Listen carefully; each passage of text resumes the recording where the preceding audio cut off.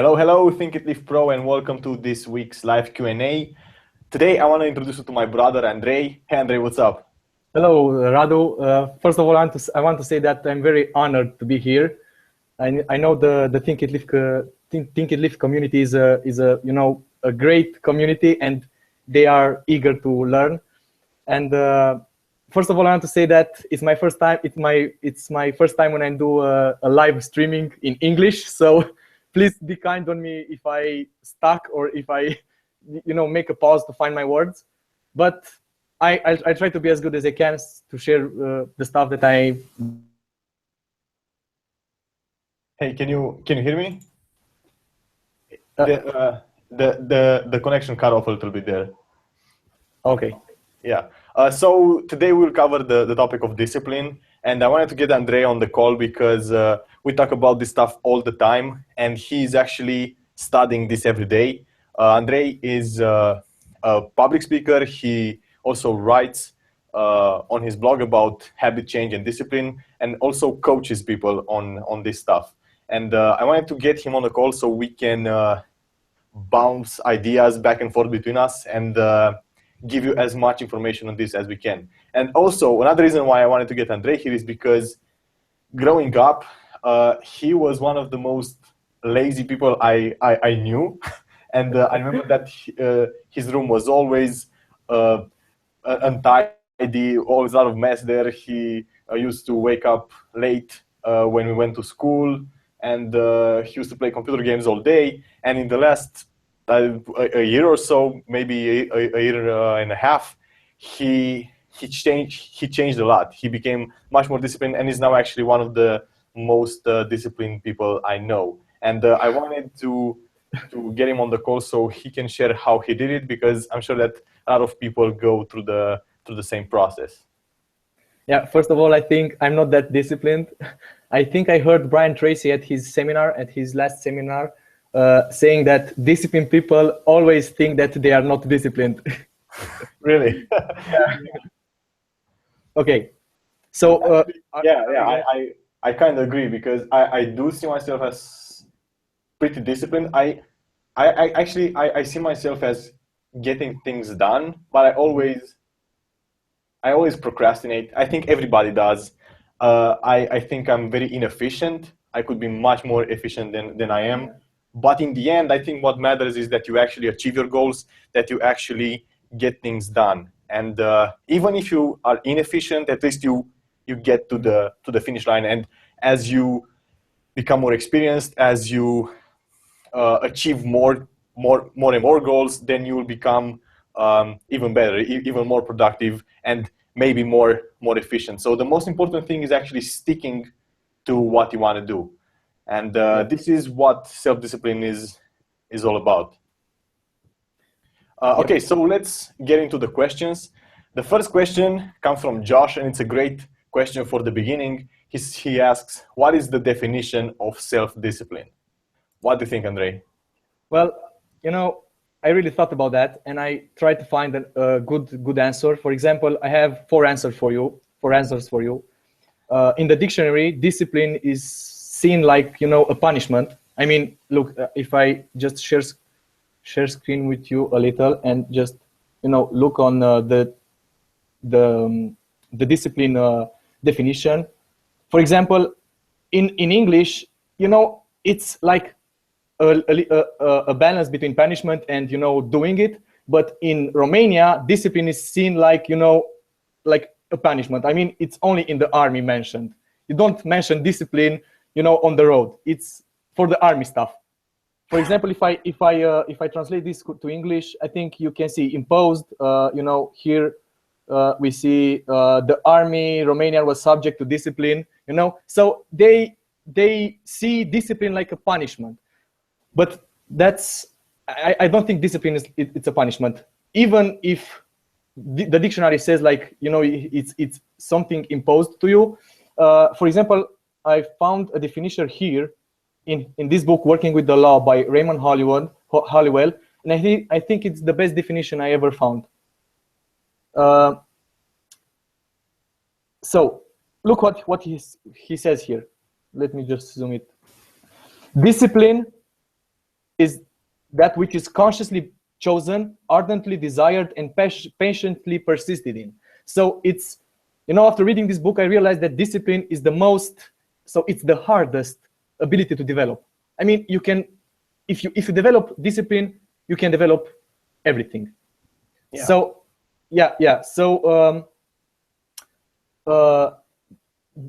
discipline, in my definition, is something that you really want and love to do, and you see like something you gain, from it. It's not like you punish yourself. You have to change your perception about the discipline.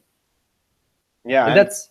I also like Bob Proctor's definition. He says that discipline is giving yourself a command and then following it. Yeah. It's not like Andrei was saying, like when an authority gives you an order, like in the army, or a boss, or I don't know, someone who has authority over you. They give you an order and you follow it. That wouldn't really be discipline. That is something you do so you don't get punished, you don't get fired, you keep your position or something like that. But discipline, in its true definition, would be something that you willingly accept to do because you get the rewards of doing the thing that you must be disciplined for. Most people see discipline like they lose something. So it's exactly what you mentioned here, because you say you gain something from not doing something. Yeah. So most people think, oh man, I have to stop playing games. Well, I have to stop eating that, cake, that deliciously, food. So they see it backwards. They see it like they have to, just give up to something good, but it's backwards, in fact. Yeah, I agree. Mm-hmm. Yeah. Because in the end, we choose our goals. For example, in fitness, you have to be disciplined. When you want to get lean, you must stick to that calorie deficit, for example, even if you would like to eat more on a certain day. If you want to get bigger, more muscular, you have to go to the gym consistently. And that is a discipline that you actually want because you want the goal. You'd rather have that lifestyle instead of just sticking to your old habits, the ones that make you unhappy and give you the physique that you already have. Yep, I totally agree. All right, the next question comes from Jimmy, and he asks how to be more accountable to reaching my goals. Basically, how he can stay disciplined. Some techniques that he can use in order to stick to his goals. Yeah, do you want to answer that, or? I actually wanted to ask you that first because, for the listeners, me and Andrei, although we are brothers, we have pretty different personalities, and we've been like that ever since we were little kids. And I always was more, I was naturally more disciplined than him, and I found it easy to change habits. I found it easy to do simple things like wash dishes after I ate, or do the laundry or stuff like that. And I also found it easy to stick to other goals like working, fitness. But Andrei was different. So I imagine that most people watching this would be in his camp because someone that has an easy job achieving their goals probably wouldn't watch this. So Andrei, can you share your story and what you did to stop giving up, or to basically to be more accountable towards your goals? Yeah. First of all, I know two things how to be accountable. First is like you draw yourself a calendar and you check it every day when you do your stuff. So every time, and you put it, in front of your desk or something. And when you are working or you do your stuff, you see that calendar, and it reminds you to do the thing. So basically, if you do not check a day off, you have to see the calendar and feel bad about yourself because you didn't do it. No. It's just a reminder. Because feeling bad, it doesn't help you. It's just a reminder. So, because sometimes we forget that we said we are going to do, for example, meditate every day, like I want to do. So, or like going to the gym, or like I'm going to the gym like from 1 year now, no pause, no pauses. So I'm pretty confident about this stuff. But that's not so powerful, because you have to keep it accountable. And the second one is when you make a commitment contract with a friend or someone you respect very much, and you say, and you write the commitment contract. By the way, Google it, commitment contract, and you'll find templates and how to do it. Really? Yeah. So it's a contract, and you have to if you don't keep the contract, something will happen. So you do that contract with someone, and you do it. For example, I would do that contract with my brother because I respect it very much, and for me, it's like an important person to. I don't want to disappoint him, because if I do the commitment contract with someone that is very lazy and doesn't care, that's no value at all. So I do it with someone who I respect, and that would be you, Radu. So that's the second accountable part. Just Google it, and you'll find more about this. Yeah. So what about habit change? Because I've been talking on my channel pretty often about self-image, about paradigms, about how we are not really in control of ourselves, and basically the image that we have of ourselves in our mind actually controls our behavior.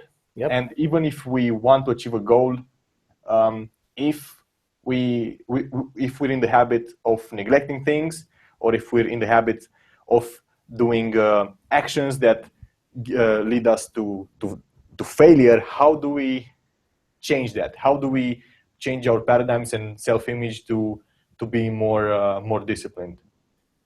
Okay. I have some little secrets here. I don't think they are really secrets at all. It's something that it's so simple that most people miss. First of all, you have to start with just one habit to change. When a person reads a book and they say you have to do this, you have to do that, you have to eat like this, you have to wake up, you have to go to the gym and do that, they want to do it all, and they will burn out. So you have to just pick one of them and focus only on that one, just for a month.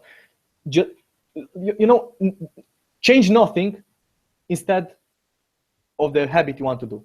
For example, if you are waking up late, you're saying that you should pick just one habit at a time and change that. Yeah. I agree. Yeah. So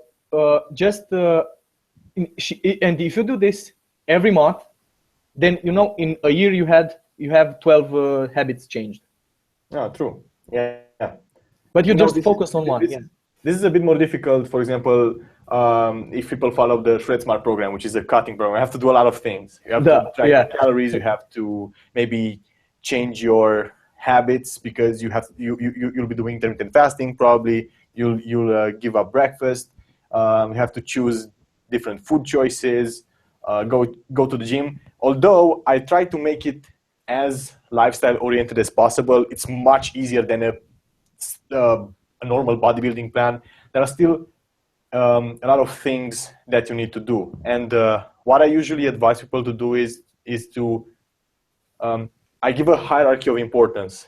You have to hit your macros. That is the most important thing. Hitting a calorie deficit and hitting your protein. Then everything else can, in terms of nutrition, can not be very strict, can be flexible. If you don't have to do intermittent fasting right to the T. You don't have to do cardio. I always try to have people change as few habits as possible in the beginning, and they can choose how complex they want to make the plan. But still, there are a few things that you need to change. For example, most people probably would have to start cooking, something that they probably didn't do before. So when we got lean for the first time, I don't know if so for the listeners, you've probably seen photos of Andrei on my website. The first cut that I ever did, I did it together with him. We both followed the one of Greg's programs from Kinobody, and we both got really lean in about 3 months. But that was a very stressful process. We changed our lives so much during those 3 months. We went to the gym five times a week. Let me show them how in 6 weeks I changed my body. Oh yeah. That was a great transformation. Yeah, when we started, like back in the like 3-4 years ago, I don't know. It was in the summer of 2013, and so for me it was pretty easy. I knew I could cook my meals. I could stick with going to the gym, but you told me, Andrei, that it was much more difficult for you. And how did you do it? Wow, it was so hard. And actually, you helped me a lot when you always ask the question, what do you want more? The body you want or that food? And that question always, reminded me why I do this, because it's easy to forget. Because for the moment you want that, you can't control yourself. But what I used, actually, I made like a principle. It's called the sublime moment. So sublime moment, the definition of sublime moment is the thought between is the moment between the thought that you should do or you should not do something and the decision you're making consciously or unconsciously. So basically, it's that brief moment of awareness that you have before you do an action. For example, I actually shared this method in ShredSmart for people that wanted to read their goal card. Because, for example, you know that you have to read the goal card right before you go to bed. So you're in bed with a blanket on, and then you get the thought that, hey, I should go read my goal card because I didn't do that today. But you're already in bed, and the goal card may be on your desk in the other room. And that moment is when you decide if you're going to get up from bed, go pick up the goal card and come back and read it, or you will keep staying in bed and say, hey, I will do that in a minute. Let me just stay here a bit more. Yeah. So actually you have to do like 3, 4, 5 decisions every day like that. If you when the thought comes into your mind that, hey, I should go to the gym, and you make the decision to go to the gym, that's it, because it's unlikely for you to come back. I mean, you already put your clothes on and you just went through the door, and it's crazy to just, oh man, no, I'm going back. If you took the decision, you're going. So the first thing is to make that decision. That's the most difficult part. That's second, when you just decide to go to the gym. Yeah, because once you start doing something, it's much less likely to go back. Yeah. Can I explain visually how the sublime moment works? Yeah, of course. If you can share the screen. Yeah, sure. Let me use my phone. So this is the time axis, and the sublime moment is split up in 3 moments. Here is the thought. Here is the sublime moment, and here is the decision. So when the thought comes into your mind, well, I should go to the gym. Actually, this is the moment. This is the moment of awareness, when you are aware of the thought that you should go to the gym. Oh yeah. So it's the moment between the thought and the decision. Exactly. This is sublime moment. Between here and here. So you only have to focus on this decision to go, and this decision can be made consciously or made automatically. I mean unconsciously, like most people do. So and that's the unconscious decision. I would say that is it's neglect. Actually, it's not making a decision. Yeah, going. Letting yourself be controlled by your old habitual pattern. Yeah, but that's a decision too, to let yourself be controlled. Yeah, of course. Yeah. actually used to say that not making a decision is also a decision. Yep. Okay, so if you want to see this visually, you can, think like this. Sublime moment is in the middle of the thought and the decision. Yeah. So to answer Jimmy's question, basically, every time you remember your disciplines to reaching your goals, you should start them right away. Because once you have started one of those actions, it's far less likely that you will go back to procrastinating or going back to your old habitual pattern.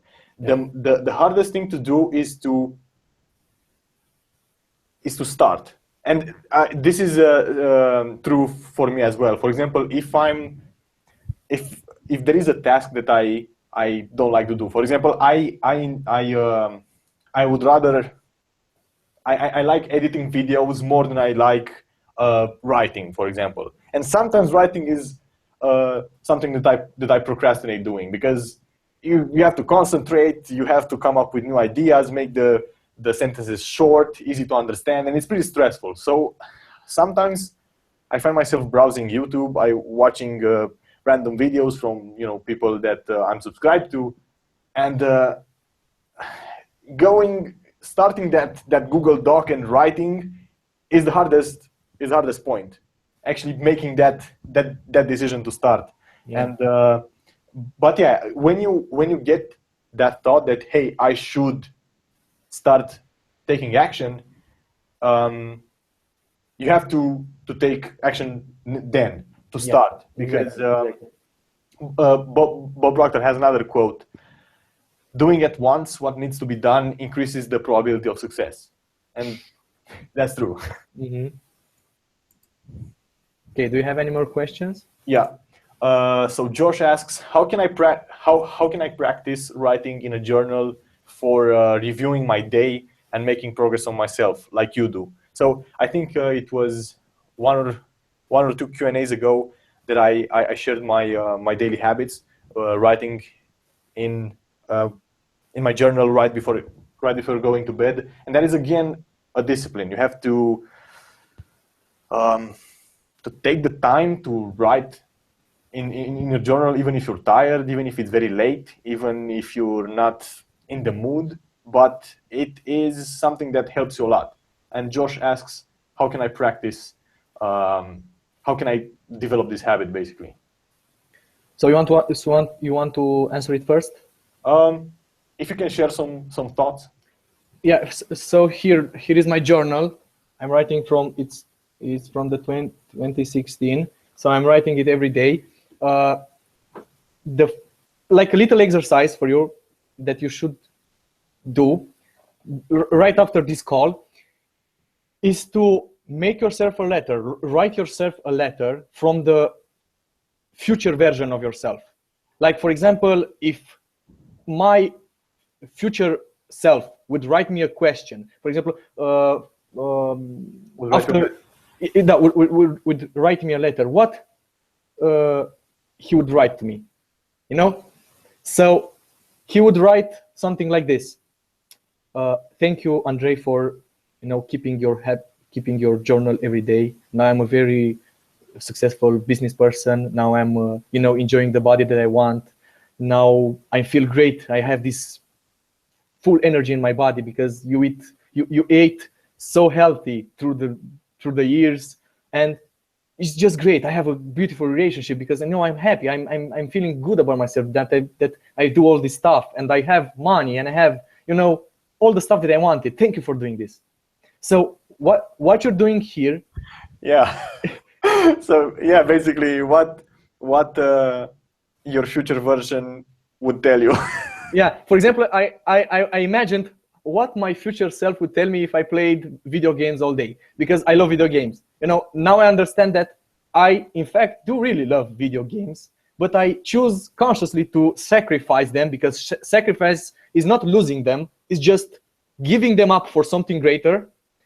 And I imagined how Andre from 10 years in the future would write me. So he would have said like this, now I'm broke. My girlfriend dumped me because you played all day and you didn't give her attention, and life isn't too good. I'm just unhappy and sick and I'm fat and all the the bad stuff. And this exercise, writing that letter, it actually makes you accept that you're gonna feel bad. You're not going to be in the mood to write the journal every night or to do the things you want to do. Every time when you want to do something, you feel you're like not doing it. So this exercise like puts you in a future acceptance that I'm prepared to do all those things that I want to do, in order to get a good reward in the future. Yeah, you connect with your future self, and you accept that you're gonna feel bad or not in the mood to do the little disciplines. Also, in one of my videos, I shared some interesting findings. So apparently, behavioral science has shown that rewards are not good motivators for goals that require mental effort. They did a series of studies. A very interesting series of studies looked at how MIT students reacted to rewards for different games. They had those MIT students do all sorts of things, like throwing a ball through a hoop, doing some memorizing strings of numbers, memory games, or other sorts of memory games. So basically, they had physical games that require just mechanical action. They had concentration games and creativity games. And what they found is that the more they rewarded people, the better they did only for the mechanical goals, like throwing the ball through a hoop, fighting with sticks, stuff like that. But when even rudimentary cognitive skills were required, like memorizing strings of letters or being creative with connecting a few pieces of a puzzle, the more they paid people, the worse they performed, actually. And they found this phenomenon so weird that they actually replicated this study in rural India, in a very poor part of India, because they thought MIT students probably don't care about money because they're in a good school, their family probably has a lot of money, they're not motivated by this stuff. But interestingly enough, they found the same thing in India as well. When the rewards for having good results for those memorizing or creativity games were equivalent to a 6-week salary. So it was a lot of money, and people still were not motivated by rewards for goals that required mental effort. And what they found with these studies is that for difficult goals, people need to have internal motivation, to have the goal needs to make sense to them, because they will not be motivated by rewards that much. Because, for example, why isn't everyone a millionaire? Because everybody knows that if they worked hard, they would become millionaires, but the reward is not motivating. Mm-hmm. They know it's going to happen, but it's not motivating. So we need to discover a reason of our own. And oftentimes, it's stupid. For example, in that video, I shared how Andrew Carnegie, the richest person in the world, in 1920s or something like that, his goal, his motive for becoming the richest person in the world was to, in his first part of his life, to accumulate as much money as he could, and in the second part of his life, to give it all away. So what do you think, Andrei, about this idea that people are not really motivated by rewards when it comes to big goals, to life goals? Yeah, what you say is totally true, because I'm not motivated by money or material stuff. I'm motivated to my deep sense of meaning, my meaning in life. Why am I here? You know, like a deep purpose. If I think like this, if you are here, then you must be here for a reason. I mean, you wouldn't be here. You would be a plant. You wouldn't be a human or something like that. So I'm very motivated by, you know, I read last night about Elon Musk. You know, he has a purpose. I mean, he has that purpose to, you know, to bring electrical cars to all the world, to everyone. So his motivation is not from, you know, I'm a billionaire, I make money and I have all the stuff. He's like a deep purpose for himself. And that's true. You know, actually that letter makes you make a deal with yourself. Because you can write the letter in both sides, even in the winning side or in the losing side. If you write the letter like you didn't do your work and you was so lazy, you feel like you will lose. And you know that. Oh, people, so you see both sides of the coin, the losing side and the exactly. Reward. So if you're motivated by the pleasure or by the, you know, the good stuff, you will see the good stuff and I want to have that or be that or to do that. But if you are motivated by the bad side, like the pain side, I don't want to suffer, I don't want to live in a hellhole or something like that, then you would be motivated by not losing something. That's true, yeah, because people vary. For example, I'm one of those people that is not motivated by loss.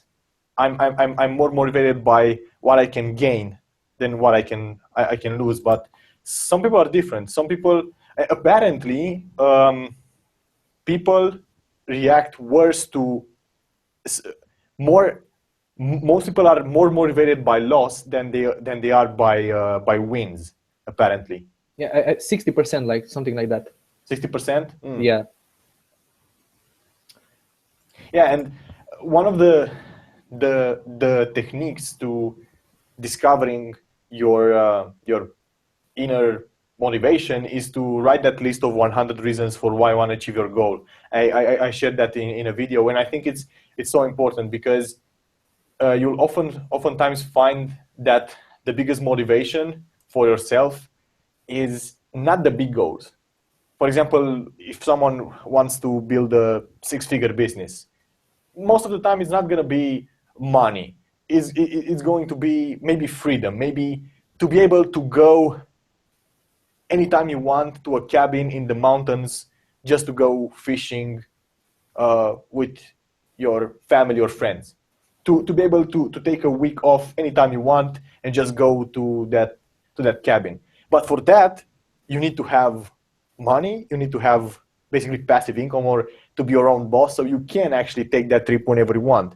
So that small reason may actually be a much bigger motivation than having a lot of money in your bank account. Or instead of thinking in terms of fitness, instead of thinking I'm going to get a great physique and be healthier and be strong in the gym, maybe that's less of a motivator than something even simpler. Like, so when I meet my classmates for my 20 years reunion, I will not be the fat kid anymore. I don't know. So it's the small motivators can often be the biggest. For example, my biggest motivation for doing seminars is the feeling that I have when I'm in front of the people. That's something that I love, and I lose myself. Like, you know, I feel like when I was playing video games, I just forget about the time, because I feed myself with the energy in the room. I'm in my environment there. So, you know, if you find that for yourself, you'll be extremely motivated and feel very happy. Yeah. Okay, so let's get a few more questions live. Iwan says that I heard we need 65 days to implement completely a new habit. I actually heard that there isn't actually a well-defined time to implementing a habit. For me is more because my mind is very, you know, it's very, I know I did like, you know, 90 days, or, you know, a lot of like 4 or 5 months everyday habit.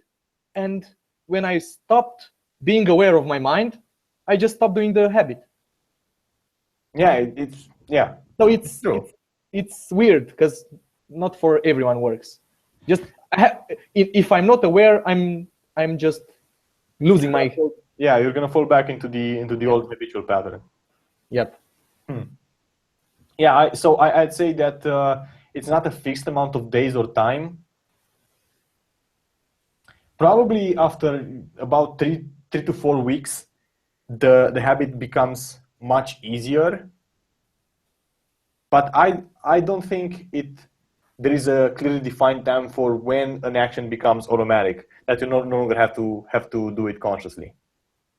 Because you know that it used to be said that 21 days was the time it took to implement a new habit, but that has actually been debunked in more recent studies, and we apparently don't have a clear amount of time for that. For example, every time when I have to go to the gym, I'm just not in the mood to go.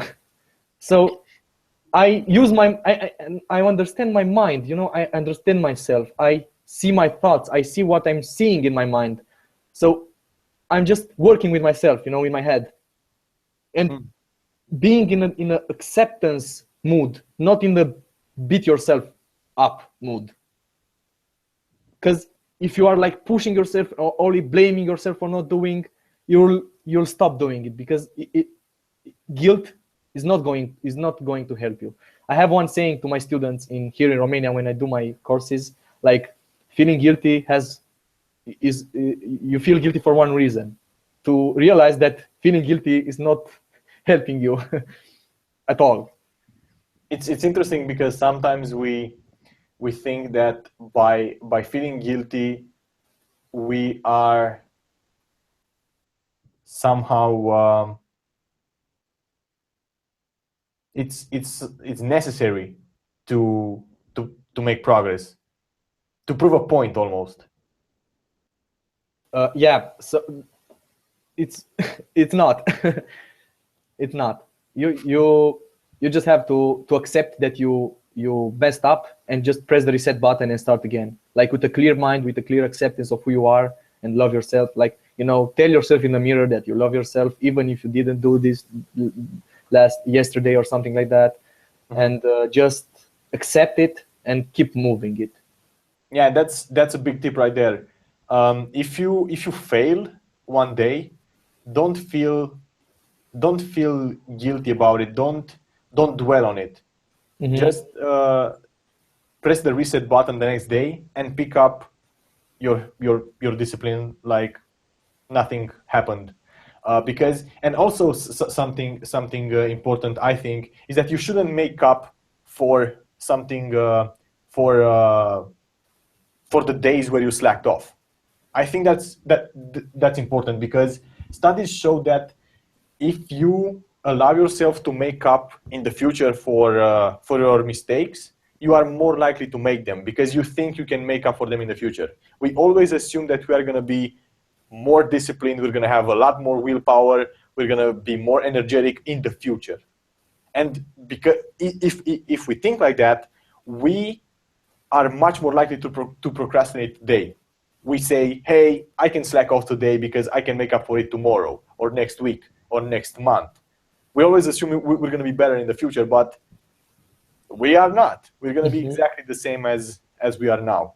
And that's a big tip right there. If you mess up today, don't try to make up for it tomorrow. Just go back to your normal working schedule or diet, exercise program, whatever. Do just the work that you had planned for that day, and don't make up for the yeah. For example, I have some days when I miss the gym, but I'm not going 2 times the next day at the gym or in the next week. I'm just thinking, well, I missed the Monday, but I'm just keeping like the way it was. I'm going, like, I go 3 times a day, for, like you said, 3 times a week, like you advised me to go. Monday, Wednesday, and Friday. So if Yeah, I miss the Monday, I just keep going like it was planned. exactly.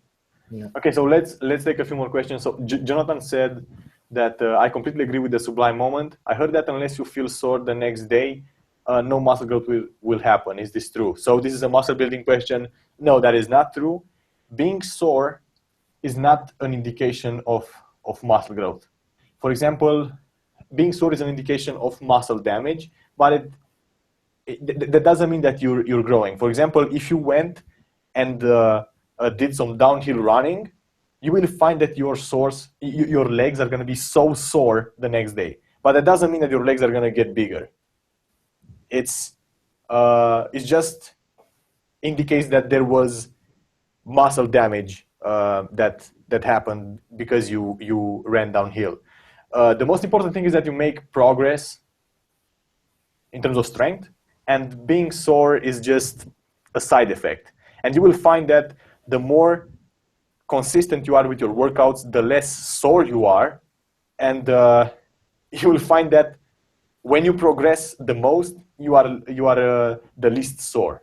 And so being sore has nothing to do with gaining muscle. Yeah. Okay, so John says that he likes the idea of your future version. What your future version would tell you now. Yeah, I like that idea too. And Jonathan says, how detailed should be the journal? Well, I think that is up to you. What I write in my journals are things that are important to me. The lessons I learned in that day, if I have something important to share.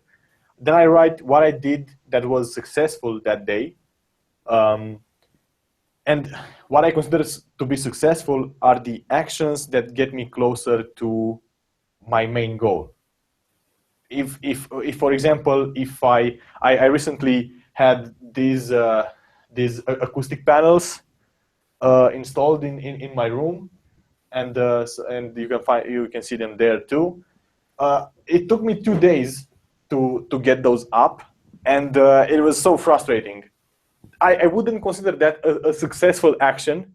Although it was productive, it was not successful because that didn't directly get me closer to my goals. If instead I would have posted a video, I would have written an article, I would have did one of these Q&As, I would have considered that a successful action because that was taking me closer to my goals. So there is a distinction between what is successful and what is productive or busy.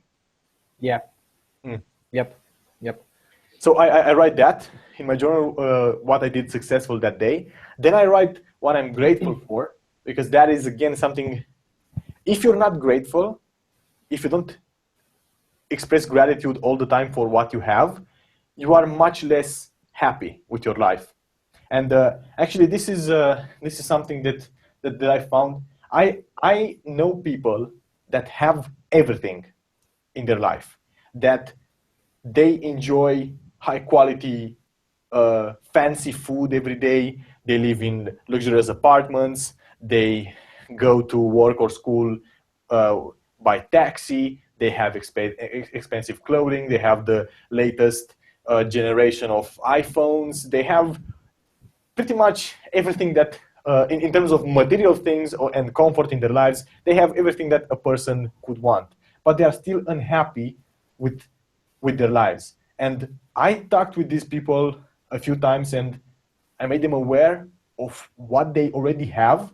And so, because I was having this conversation with them about being grateful, and they said, what are you grateful for? And I said that I am grateful for these small things. I'm grateful that I have high-speed internet. I am grateful that Google creates this platform to which I can do these live interviews for free. I am grateful that I live in a nice apartment, that I can afford to pay rent. I'm grateful that I not only have food to eat, I can worry about macros and about getting lean, about not getting fat. Some people die of starvation. And when I put these things in this perspective for them, they realize just how what a blessed life they were living, and that is when they truly appreciated their life. Although I'm pretty sure that they forgot that the next day. But if you constantly express gratitude for what you have, you will be much happier overall as a person. Everything will be much better. So I think that is a very important habit to develop, and that is one of the things that I write in my journal. And another thing that I write is what I plan on doing with my business and with my life, something that I would like to happen in the future. What I do wish you I like, had. Andrei? I wish I had your English, Radu, because I have a story when I realized deep down inside this truth you're sharing now. I don't know if I can tell it like to be an inspiration for you, but one night I went to my girlfriend to sleep there, and at her house was her roommate, and she was sleeping in the bed we supposed to sleep. So we had to share like a couch or something very small. I mean, it was so small that my legs wouldn't fit in, and they were like, staying like this. And I got so frustrated, and I got so mad, and I started to have a fight with my girlfriend and saying, you put me to sleep here in a fucking, I don't know how I called it. It's like tetiere, and I don't know if you can help me with that. So it's some sort of a small couch, something like that, right? Yeah, it's like the seat when you stay in the car, like you stay with your head. Oh, so it wasn't actually you couldn't turn it into a bed. No, it had the hand holders, and I had to sleep on them. But you could sleep there, right? I mean, it was pretty okay. And I was so frustrated and so angry because I couldn't sleep on that couch. So I got a fight, and I went home at 3 a.m. o'clock to sleep. Morning, yeah. 3 in the morning, yeah, to sleep in my house. And on my road, on my so as you were walking to your apartment, yeah, as I were walking, I was always thinking like, oh my God, that bed, I can't sleep there. Why she put me to sleep there? And I had so negative talk in my mind. And after a few minutes, I saw a light in front of me. It was winter, by the way. It was like a few ice on the road and some snow. And I saw a light in the bus station, and I wondered, what the hell is there? And I just keep going to that light. And when I got there, it was a lady that was trying to sleep sitting on the bench in the bus station, trying to warm herself at the fire of some plastic bottles. And she was trying to sleep like this and stay like, sleep in a position where she could stay near to the fire, so she could warm herself. And in that moment, like, tears started to pour on my face, like, what?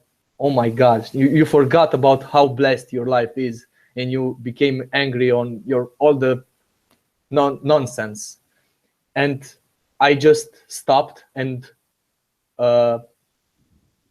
stopped near that lady, and I stayed with her, and I said to her that I'm sorry, but she didn't know what I was talking about. I said I'm so sorry, and I gave her I had like $10 in my wallet, and I gave it to her. And from that day, I always remind myself when I feel like shit, because you have days when you don't feel good. I always remind myself like, well, you're so blessed to have this life. You're healthy. You have, all the great people around you. And that's, I had to learn it in the hard way. Yeah. There is that saying, some people wish they had your bad days. Yeah. Or like Tony Robbins says, your your worst nightmare is most people dream. Yeah. That's true. Okay. Okay, let's take a few more questions. Jason says, when is the app coming? We hope at the beginning of next month. The app is ready. It's ready to go. We're just still beta testing it. And so far, I actually found a new bug today. The history doesn't work very well. It doesn't save data yet, but Shbili is going to work on that. And we hope to have it ready in a week or two so we can release it. Then John says, how can you persuade somebody to have discipline? You did it with me, so that is the reason I'm a subscriber. Wow, I'm happy to hear that. So you're asking, how can you make someone else disciplined? What do you think, Andrei? By making him choose to be disciplined, not doing it for him. Like explaining it to him, and then he chooses if he wants to be disciplined or not. Like, yeah, I don't think that you can change. Yeah. They have to choose change by themselves. Yeah. And there is a great book that I recommend. It's called How to Win Friends and Influence People by Dale Carnegie. And in that book, he says that the only way to get people to do something is if they want to do it. And you have to inspire people so that they want to do something. You don't have to, you cannot force people to do something. They have to discover a good reason for themselves, get inspired, and then they will change their habits and their way of life. That's what I think. And personal example is another great option. I mean, you do your best yourself, and the people around you will see that, and they will get inspired to do the same. Like when we first started, we always asked our parents to do the business, but they didn't do it. But we started to do it, and now the parents are inspired by us, and they are just now they are thinking to start a business. Yeah. It's interesting because so me and Andrei, we come from a normal family, you could say. In Romania, the standard of living is nowhere near the US standard of living or UK or something like that. So nowhere near the Western world. And when me and Andrei, we discovered these ideas about success, about changing your life, building the life that you want. Our parents were they've already been through so much hardship in their childhood and in their adult life raising us, that they weren't really that inspired by that, because it's hard to believe a speaker that tells you, hey, you can have anything you want in your life, when they have been struggling to literally find a good place to live, a good job, and they were not as inspired by these ideas as we were. But over the years, as we started implementing those ideas and building assets of our own, or building something of value for ourselves, they, of course, started to believe those ideas as well. They got inspired by that. And now they are much more positive, because I remember a funny story. Someone was talking to my father about how you cannot achieve anything in Romania because this country is poor, nobody buys anything, it's such a bad place to live, there are no opportunities. And our father was thinking about us, and he says, well, I don't believe that, because I've lost you a little, Radu, and can you repeat the last? I think it was a connection problem. Oh, okay. So, yeah. So from where our dad was talking to that person? Yeah, when Dad answered. Yeah. So Dad said that he doesn't believe that. He doesn't believe that there is no opportunity, because he was thinking of us and how we managed to do something that we wanted just because we worked for it. And it was so nice for me to see that what we did actually positively influenced them as well. And I think that's personal example is one of the best ways to influence somebody. Mm-hmm. A psychologist said that is the only way. Yeah, maybe. Yeah. Okay, do you have any more questions? Yeah, there are a few more. You can see them in the chat, by the way, if you go Yeah, on that YouTube page. So Deep Prince asks, what do you think is the best way to transition from one training program to another? For example, I'm in the middle of AFL and want to start ShredSmart. Should I just jump straight in? Yeah, you can. AFL is very, very, very similar to ShredSmart. The diet plan is almost exactly the same. You probably don't need to change that at all. And in terms of working out, you can just start one of the routines from ShredSmart. And what you need to do is, so AFL works on reverse pyramid training and ShredSmart does not. It's a straight set program. So you're probably going to have to use lighter weights for ShredSmart because you're doing a higher weekly volume. You're doing more reps, and you probably need to find the ways that you're comfortable with doing the required reps, the required sets and reps for that program. But there is no need to transition to do something special. And also, AFL is a great program. Probably, I would say that AFL and ShredSmart are equals. If you want to transition, great. But know that you can probably get as lean as you want sticking to AFL.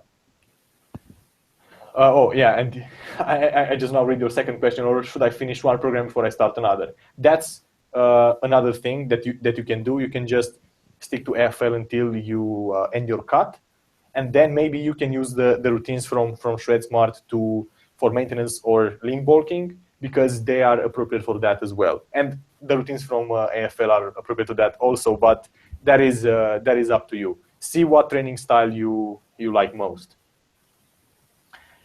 And so Iwan asks, will the app be also on Android? Yes, but not from the start, because Shbili is mainly a developer for iOS apps. He knows that code much better than Android. So we first created the app for iPhones, and then we're gonna do it for Android. And I actually can't wait for the Android version of the app, because I really don't like, not that I read, I prefer Android phones over iPhones. I'm now using this iPhone, and I have to say I enjoyed my Samsung S6 more than I do this iPhone. But hey, I think that is a personal choice. So we will have it on both platforms, both phones, both operating systems for sure.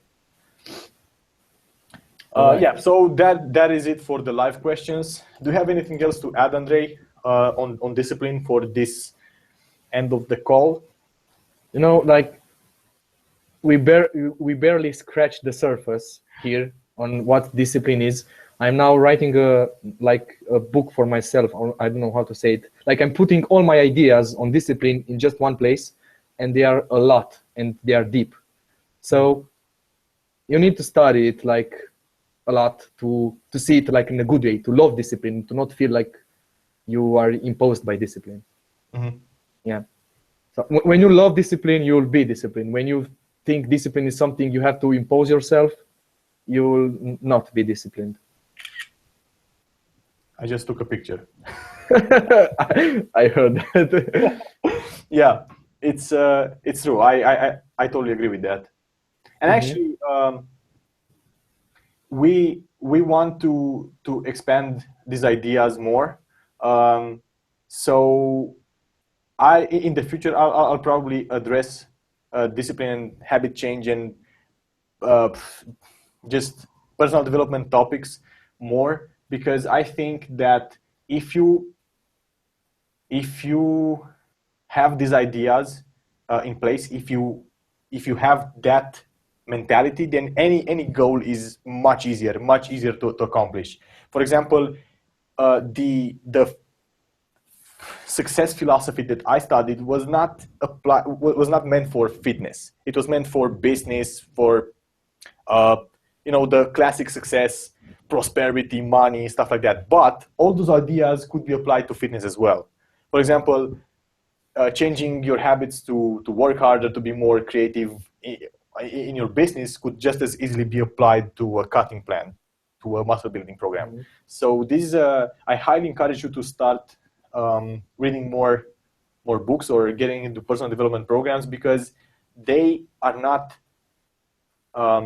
made just for a specific topic. If you're not interested in building a business, that doesn't mean you will not benefit from studying these things. You can apply them to anything. Yep. All right. Right. Yeah.